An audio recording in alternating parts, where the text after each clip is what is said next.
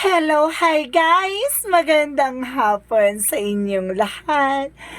Welcome back. So, nandito na naman ako. So, this is Chin for my Esagari channel, a faith healer, also a tarot reader. So, ngayong hapon, natatigyan natin na nagsabihin sa inyo ng ating maggabay.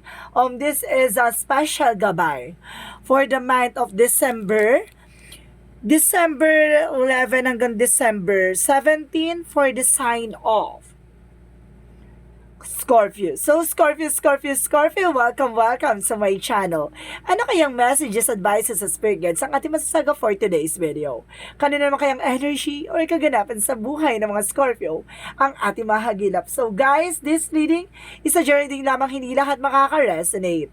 Kunin lamang po ang makaka-relate sa inyo and comment down below kung kaninong energy ang ating nasagap. So, guys, umpisahan na natin ang laban for the sign of Scorpio. And of course, maraming salamat po sa mga walang sawang pagsuporta sa aking channel. Lalong-lalo na hindi nag-skip ng ads na way pagpalain po kayo ng Diyos at may kapal, siksik liglig na gumapaman ng balik sa inyong biyaya. So, kumapit ka dahil nandito na ang inyong mensahe para sa ating mga gabay. Okay, umpisahan na natin. Angel Spirit Guide, please give me information for the sign of Scorpio. Oh my God! Unang baraha, Justice. Oh, karma. Karma coming in. So, titignan natin kung good karma or bad karma. And because there's an Ace of Wands, a new beginning. So, there's a good karma na parang sinasabi na turning event sa inyo na this is the moment. So, kumapit ka. Additional messages. And of course, there's Seven of Swords. No? So, there's a sneakiness. So, ibig sabihin, kinarma yung mga tao may balak sa'yo ng hindi maganda. Oh, iti! Kinakarma sila. Additional messages. Diba? Sarap pakinggan pa ganyan. And of course, there's a Queen of Swords, there's a bigger picture, diba? Yung mga bagay na gusto nilang maging eksena mo. So, this is the moment na parang binaligtad yung eksena. Sila yung napahamak. Ganon. Kumbaga, diba? Kagagawan mo yan. Deserve mo yan. Additional messages. And of course, there's a Six of Pentacles. So, ibig sabihin magtutuloy-tuloy na about sa finances for you. So, this is the moment, kumbaga, this is a gift from the universe. Na, kumbaga, may pagkakaloob na ng langit na maging balanse ka na pagdating sa emotional, practical, material, ganon. And health, no? Kumbaga, magkakaroon ka ng balance because there's a Five of Cups. So, there's a disappointment. Or something moving on or moving forward. So, let's see. What is the justice for you? Oh my God. Let's see what is the justice for you. Parang gusto ko dito ng something no? Parang excite, no? Parang gaganto yan. Tingnan natin kung ano makikita. Oh, there is a Seven of Wands. So, there's a protections. So, protektado ka, ti. Kaya pala, there's a karma. Diba? Maaring kinakarma sila at, diba? Dahil yung cause and effect sa'yo, no? Yung balak nila sa'yo ng hindi maganda. Diba? Tumambling sila. At ito yung Seven of Wands is you're being protected. No? Protektado ka. So, let's see what is the Ace of Wands. So, there's a Three of Wands. So, waiting for a result or something, waiting for a ship. And kasi sinasabi dito, there's information, there's a trouble, no? May naantay kang documents dito, maaaring makukuha mo na. Or some of you, kumbaga, there's a lot of papers or something information dito na maaaring may trouble or something visa. Kumbaga, gano'n mapagtatagumpayan mo to kasi makakapag-travel ka nga. So, let's see what is the Seven of Swords. So, there's a sneakiness. So, ano tong sneakiness na to or something lie or cheating on you? And because there's a Nine of Cups, no? There's an offer. So, maaaring, kumbaga, maraming offer na paparating sa'yo. So, this is the offer na maraming, kumbaga, nag-check sa'yo by social media or something, kumbaga, nagtatanong-tanong. So, this is the good part, no? So, let's see what is the Queen of Swords. And because there's a Queen of Cups. So, there's an healing. So, kumbaga, magkakaroon ka na ng healing dito. At the same time, there's a Queen for, kumbaga, there's an empowerment. Parang ganon. Kumbaga, malakas to eh. Kumbaga, if you are a woman, kumbaga, meron ka talagang paninindigan sa sarili mo. Parang ganon. There's a confidence. At the same time, talaga nakikita mo yung bigger picture of yourself. So, let's see what is the Six of Pentacles. So, there's a Ten of Wands. So, there's a burden, no? Maaring, parang matatapos na yung lahat ng obligation or responsibilities mo dito. Kasi kumbaga, there's a give and receiving something, no? Kumbaga, balance na. So, let's see what is the Five of Cups. So, there's the World card. So, some of you, there's a lot of, kumbaga, disappointment or something, rejections or something na, kumbaga, maaring, moving on, no? Kumbaga, may mga nagsisisi dito, behind your back, no? Nasa paligid mo. Kumbaga, maaaring pinag-uusapan ka, no? Kumbaga, ang chismis ke, so ganito, ganyan, tas ang ending, di ba? Kumbaga, sinasabi sa'yo dito na, kumbaga, binabago na yung sitwasyon mo ngayon. So, makinig ka. So, let's see what is the Justice as a Seven of Wands. So, there is a there's a Five of Pentacles. So, there's a financial loss. Or some of you, protektado ka. So, ibig sabihin dito na tendency na, kumbaga, there's a good karma coming for you na, kumbaga, gusto niya sigurong mahirapan ko or something na gusto nitong, kumbaga, maubos sa'yo lahat ng eksena. Pero at the same time, kumbaga, nag-bounce back sa kanya, no? Kumbaga, sila na ngayon ang nahihirapan sa situation. At the same time, there's a recovery daw for finances. So, let's see what is the Ace of Wands and the Three of Wands. And because there's a temperance, so there's a perfect timing. And divine intervention, may mga paalala sa iyong ating divine. Or rather, you are being protected by divine, no? Divine timing or something na perfect timing. So, there's a divinity talagang, puprotekta sa'yo. Let's see what is the Seven of Swords and of course the Nine of Cups. So there's an Ace of Swords. So there's a mental clarity. Ngayon natauhan at naliwanagan ka na sa lahat ng kaganapan, diba? Kumbaga yung sneakiness na to is something information, diba? Palang lumagapak sa kanila. Ngayon kumbaga there's an offer for you by the universe na magbibigay sa'yo ng breakthrough, no? Parang this is the spotlight of yours, no? So let's see what is the Queen of Swords and the Queen of Cups. Let's see what is the Queen of Swords and the Queen of Cups. What is the Queen of Swords and the Queen of Cups? So there's a Hermit card. So there's a soul searching. Kumbaga nagkakaroon ka ng kumbaga inner clarity dito sa ating spirituality. Kumbaga naliliwanagan ka na sa kaganapan sa iyo about sa spiritual. Kumbaga nabuboost na yung confidence mo. Na kumbaga nakikita mo na yung bigger picture of yourself na kumbaga kailangan mo maging center si God sa situation mo. Sa lahat ng kaganapan sa buhay mo, gawin mo sentro si God.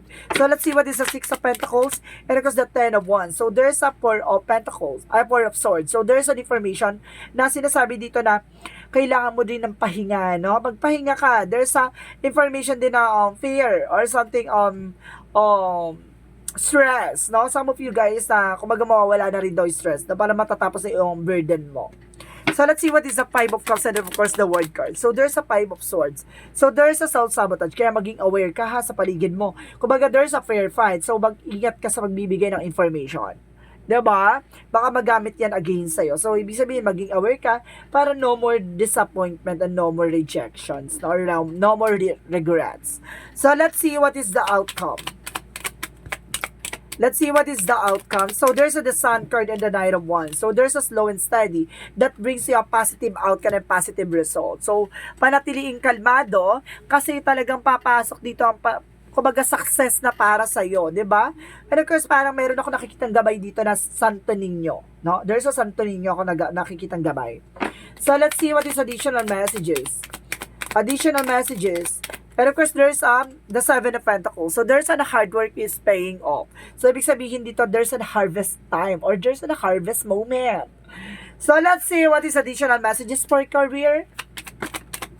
So, for career is the Queen of Pentacles. No? Good sense pagdating sa business industry or pagdating sa trabaho. Magaling kang humawak ng finances. Marunong kang humawak ng pera. So, additional messages naman pagdating naman sa love life. Pagdating sa love life, angel spirit guides, give me an information. Pagdating sa love life, there's a devil energy. No? And of course, there's a Strength card. So, there's the strongest energy. Kailangan mong maging matapang, no? Kasi there's a devil. Merong gumagawa sa inyo maganda, ng hindi maganda with your partner. So, there's a devil energy for temptation or addiction or something. Strongest energy dito na kumbaga, okay, parang naputol yung sungay nitong person mo, no? Sa'yo, kumbaga, nagiging maamo siya with a tiger. Oh my God. Parang, kumbaga, ikaw lang yung makakapag-ano sa kanya, parang gano'n. Parang ikaw lang makakapagpaamo or parang matatanggal yung ego niya sa'yo. Parang gano'n, di ba? Parang natanggal yung sungay niya sa'yo. So, additional messages for health. And of course, there is an health, Three of Cups. So, there's a celebration. Kumbaga, magkakaroon ka ng celebration dito, ha?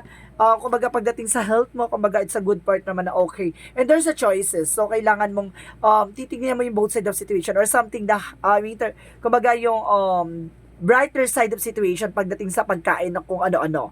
No, titignan mo yung kumbaga makakasama ba sa akin to, makakabuti ba sa akin to. Yung ganon, no? Kapag dating sa celebration, kailangan maging aware ka lang din sa kinakain mo, even sa mga iniinom mo, no? Kasi kumbaga kailangan and of course there's an happiness naman ako nakikita sa health mo. So, let's see what is additional messages for what? So, for magical fairy messages.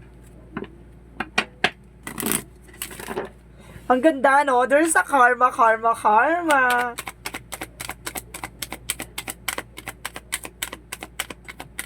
Parang walang makakapagtago sa karma. Parang gano'n, no? And of course, there's an holiday. So, some of you, there's an holiday for the answers you're looking for can be found during a vacation treat and holding gateway. So, ibig sabihin dito, kailangan mo ng vacations or something. Kasi iba kayo yung kasagutan sa lahat ng katanungan mo about sa healing mo and of course sa yung nararamdaman. Kailangan mo na unwind, sa madaling salita, unwind. And of course, there's a goodbye to the old and a hello to the new. So, ibig sabihin, kalimutan mo na yung nakaraan mo, no?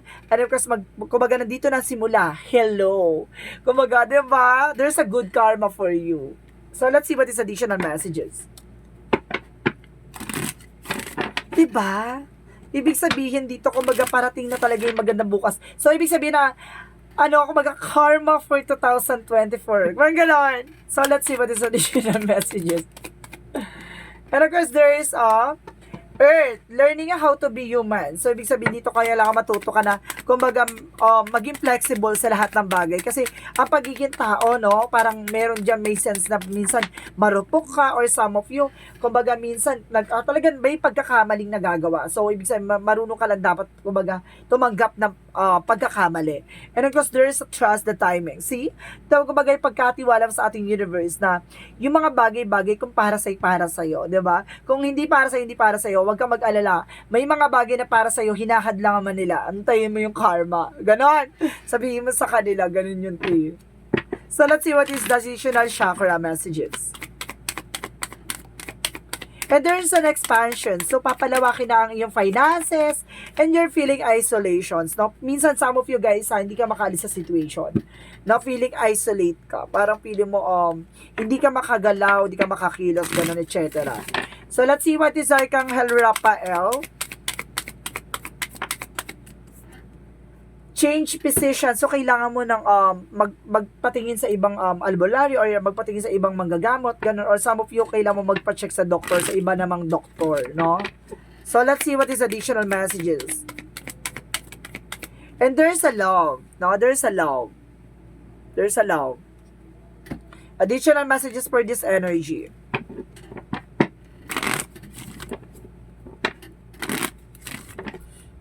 Additional messages for this energy.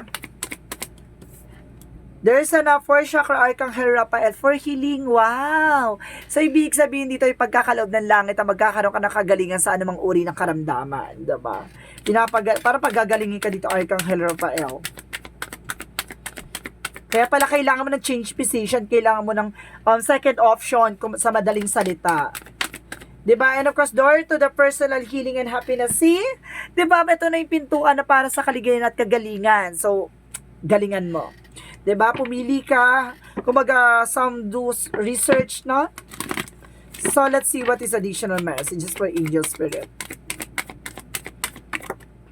There's a practice. So, kailangan mo mag-practice sa mga skills mo and abilities mo, ha? Nasa ganun, ma-enhance mo yan. Of course, para nasa ganun, di ba?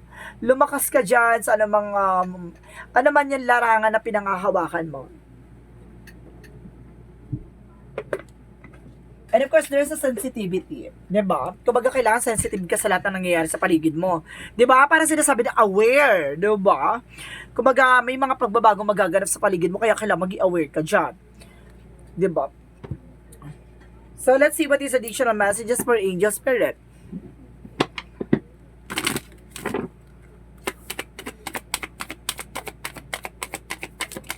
There is a courage, no? Kumbaga sinasabi dito na, kumbaga hanapin mo yung inner strength mo, no? At labanan mo yung takot at pangamba mo. And have confidence. Pagdating naman sa romance angels, angel spirit guides, please give me an information.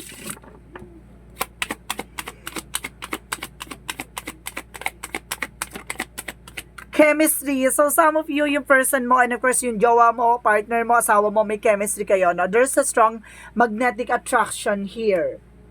No? Let's see what is additional messages for Archangel Michael. Anong chika ni Archangel Michael for you? Alamin natin yan.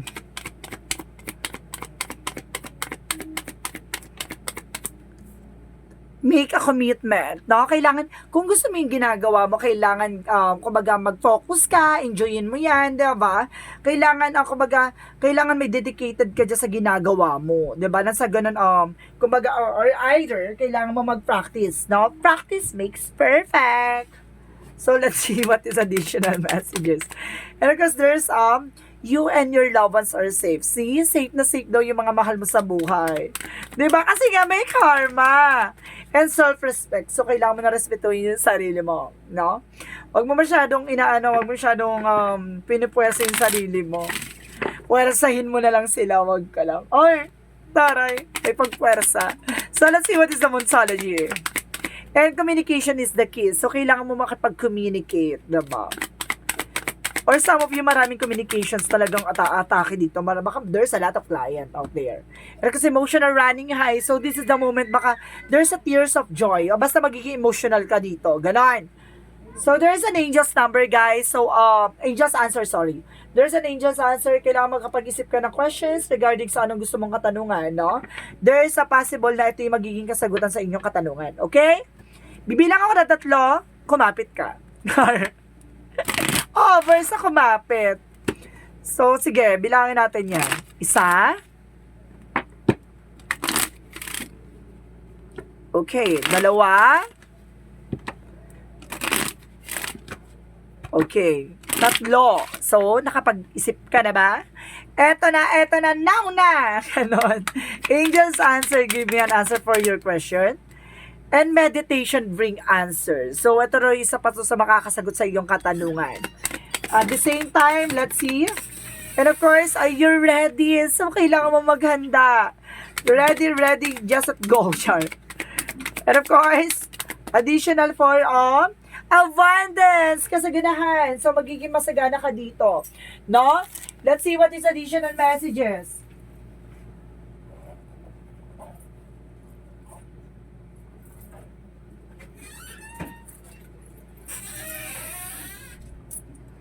Let's see what is additional messages for you.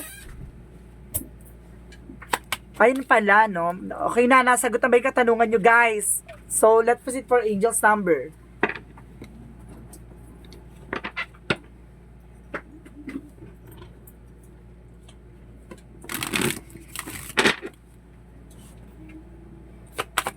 Angel's answer, give me an answer for your question.